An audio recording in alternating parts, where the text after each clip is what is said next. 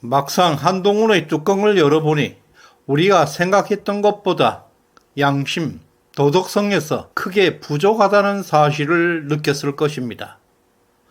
진정한 보수의 가치를 내면화하지 않으면 더 이상 보수에서 생존하기는 어려울 것입니다. 현재 한동훈은 특유의 위장술을 이용해서 구태 그리고 비겁한 양심으로 보수 진영을 큰 혼란으로 몰아넣고 있습니다. 진정한 리더는 말이 아니라 행동으로 증명해야 합니다. 남에게 변화를 요구하기 전에 스스로 먼저 변화해야 할 것입니다. 껍질 속에서는 세상을 볼 수가 없습니다. 한동훈은 스스로 그 껍질을 깨고 나와야 할 것입니다. 한동훈은 의료개혁과 관련해서 여야 의정협의회를 구성하자는 뜬구름 잡는 제안을 했습니다. 국가 차원의 개혁을 자신의 정치적 위기를 탈출하는 도구로 삼으려는 가소로운 제안이었습니다. 국민들은 이미 그의 눈속임을 간파하고 있습니다.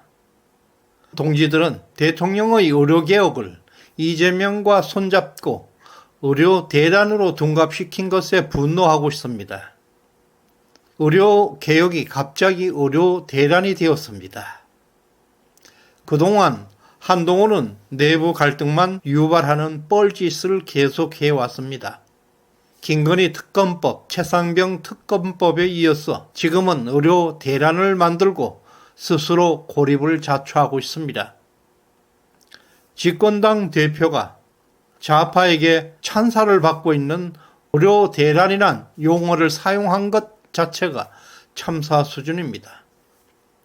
한동훈의 의료대란 협의체 구성은 이미 3주가 넘어가고 있습니다.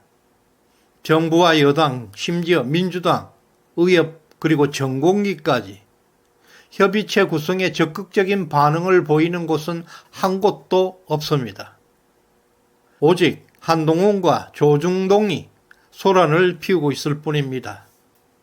지난 9월 19일 전공기는 협의체 참여를 거부하는 성명을 발표한 데 이어서 특히 박단 전공기 대표는 심각한 비판 성명을 발표했습니다. 한동훈 당대표와 국민의힘에 다시 한번 유감을 표합니다. 당대표 출마 전인 6월 초에도 당대표 당선 직후 7월 말에도 언론에서는 대화가 중요하다고 강조했던 한동훈 대표는 지속적으로 만남을 거절했습니다. 거짓과 날조 위에 신뢰는 쌓일 수가 없습니다.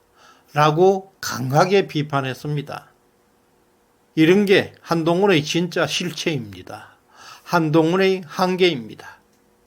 전공의들은 한동훈을 벌써 거짓과 날조의 대명사로 취급하고 있습니다. 말로는 대화를 외치면서도 전공의들의 만남 제의에는 매번 거부해왔다는 사실은 너무나 충격을 주고 있습니다.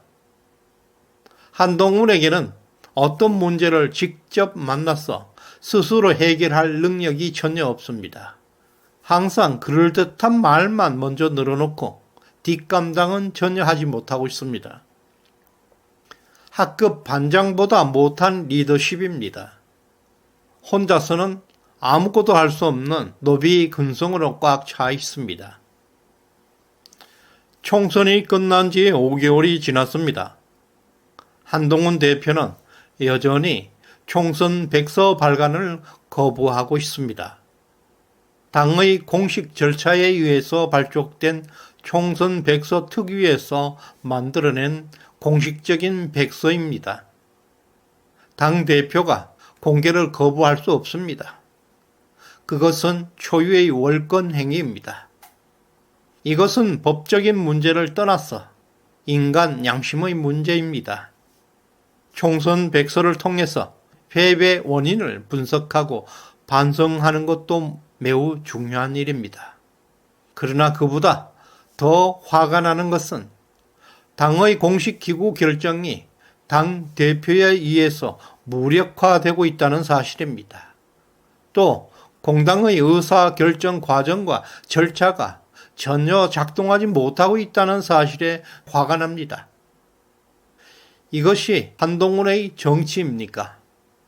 이런 구태는 결코 보수 우파의 정당에서는 생존할 수가 없습니다. 정말 구역질이 납니다. 모든 가치 판단이 한동훈의 정치적 이익에 맞춰져 있습니다. 지금 국힘당에는 한동훈에게 이익이 되면 그것은 선한 것이고 그렇지 않으면 악마로 취급되고 있습니다. 한동훈 대표님, 이런 모습 우리 당원들은 지켜보고 있습니다. 우리 국민들도 지켜보고 있습니다. 그 결과 한동훈의 지지율이 개폭락하고 있습니다. 국힘당의 지지율도 동반 추락하고 있습니다. 한동훈의 측근들은 이런 상황을 대통령 탓으로 돌리고 있습니다. 이 얼마나 코미디 같은 상황입니까? 이런 가치관으로는 보수 정당을 이끌 수가 없습니다. 한동훈은 당대표가 된 지 2달이 지났습니다. 국민의힘 의원들 대부분이 한동훈과 엮이기를 꺼린다고 합니다. 사실상 한동훈은 국힘당에서 왕따 신세가 되었습니다. 한때 우리는 열광적으로 한동훈을 지지했습니다. 진짜 스마트하다. 진짜 도덕적이다. 진짜 깨끗하다. 차기 대권주자로 낙점하고 있었습니다. 그러나 뚜껑을 열어보니 썩어 빠진 정신세계만 보였습니다. 편법이 난무하고 잔머리, 말장난, 탐욕으로 가득 차 있었습니다. 아직 대선은 3년이나 남아 있습니다. 그럼에도 불구하고 한동훈을 까는 것은 보수의 분열이라는 주장이 있습니다. 전혀 잘못된 생각입니다. 지금은 분열을 걱정할 때가 아니라고 생각합니다. 오히려 대선 1년 전까지 앞으로 2년간 더 치열한 노선 투쟁을 벌여야 합니다. 진짜 우리의 보석을 찾아내야 합니다. 노선 투쟁은 우파 가치를 확인하고 보수의 방향성을 재정립하는 중요한 시간입니다. 대표 선수는 우리 손으로 결정하고 검증을 해야 합니다. 그럼에도 한동훈 대표가 보수 우파 정당에서 성공하려고 한다면 현재 이념적 미숙함을 인정하고 보수의 가치, 보수의 정신을 받아들여야 합니다. 우리는 윤석열 대통령처럼 보수의 가치를 깊이 이해하고 이를 실천할 수 있는 지도자를 선택할 것입니다. 한동훈은 뼈를 깎는 노력이 필요할 것입니다. 차기 2027년 대선은 절대적으로 보수 진영, 우리가 유리한 선거가 될 것입니다. 왜냐하면 윤석열 경제가 지금부터 꽃을 피울 것이기 때문입니다. 주류 언론들은 인정하지 않을 것입니다.